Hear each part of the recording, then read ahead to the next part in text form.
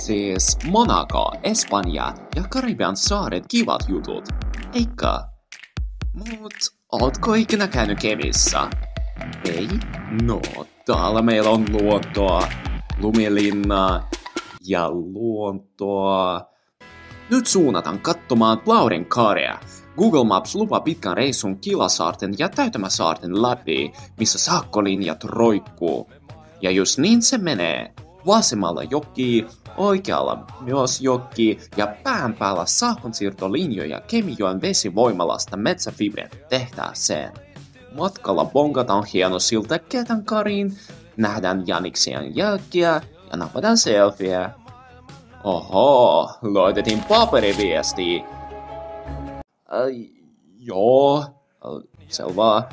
Kiitos, jatketaan. Tässä se on, Plaurenkari.